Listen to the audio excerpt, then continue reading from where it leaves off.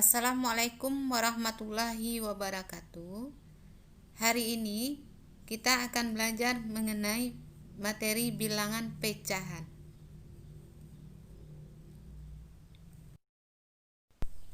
Tujuan pembelajaran pada materi ini yang pertama mengidentifikasi sifat-sifat operasi bilangan pecahan, yang kedua melakukan operasi penjumlahan bilangan pecahan. 1. Membandingkan bilangan pecahan. Dalam kehidupan sehari-hari, kita tidak cukup dengan bilangan bulat saja. Seperti pada gambar di samping, bagaimanakah menyatakan banyak kue yang tersisa? Menyatakan kue yang tersisa, kue dibagi menjadi 4 bagian yang sama. Bagian yang tersisa adalah 3 bagian. Sehingga banyak kue adalah 3 dari 4 bagian kue atau 3/4 bagian kue. Bagaimanakah menyatakan banyak air dalam gelas seperti gambar di samping? Menyatakan air yang tersisa, tinggi gelas dibagi menjadi 5 bagian sama. Bagian yang tersisa di dalam gelas adalah 3 dari 5 bagian. Sehingga banyak air adalah 3/5 gelas air. Sehingga dapat disimpulkan, jika A dan B adalah bilangan bulat, dengan B tidak sama dengan 0, maka bilangan pecahan A per B merepresentasikan A bagian dari B bagian ekuivalen. Bagian ekuivalen yang dimaksud adalah bagian yang sama, yang sesuai dengan objek keseluruhannya. Langkah-langkah untuk membandingkan dua bilangan pecahan, yaitu dengan menyamakan penyebut kedua bilangan pecahan tersebut dengan mencari KPK dari 3 dan 4. Sehingga dapat disimpulkan bahwa 9/12 besar dari 8/12. Jadi 3/4 lebih besar dari 2/3. Misalkan A, B, C, dan D adalah bilangan bulat, dengan B dan D tidak sama dengan 0, pecahan A per B ekuivalen atau senilai dengan C per D jika A dikali D sama dengan C dikali B. Perhatikan gambar di bawah ini. Yang pertama gambarnya setengah, kemudian yang kedua 2/4, kemudian yang ketiga 3/6. Gambar yang setengah ekuivalen dengan 2/4, ekuivalen dengan 3/6. Yang kedua, operasi penjumlahan dan pengurangan bilangan pecahan. Perhatikan contoh penjumlahan bilangan pecahan dan pengurangan bilangan pecahan di bawah ini.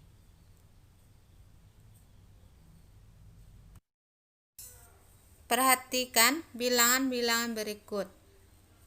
Bilangan-bilangan tersebut dapat dikelompokkan menjadi 4 bilangan, yaitu yang pertama, pecahan sejati adalah pecahan yang pembilangnya kurang dari penyebut dan FPB dari pembilang dan penyebutnya adalah 1.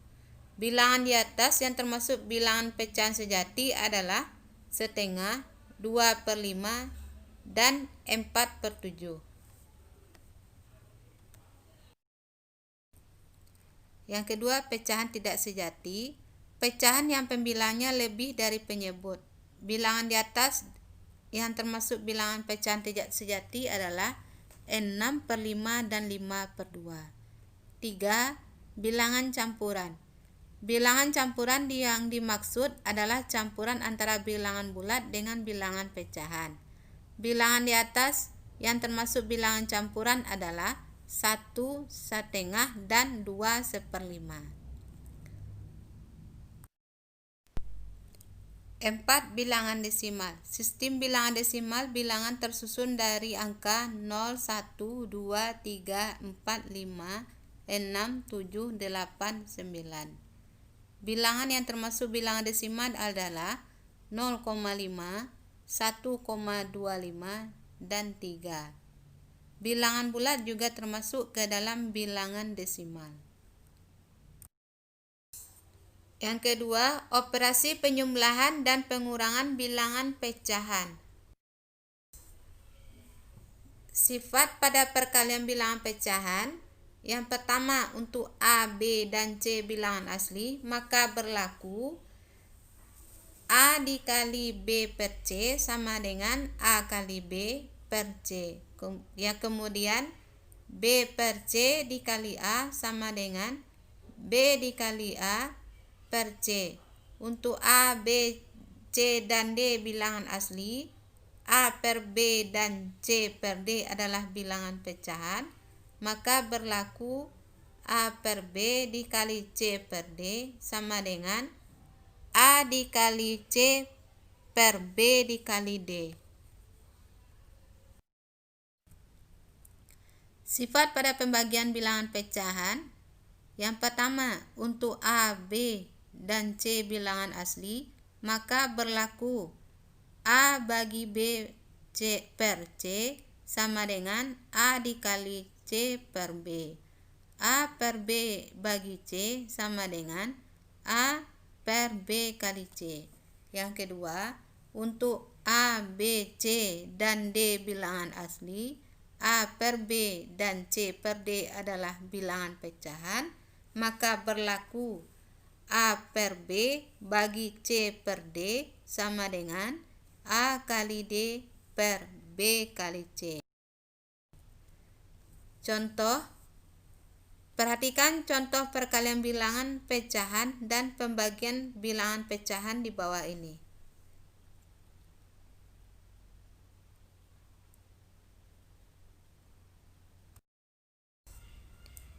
Sekarang kerjakan latihan berikut ini.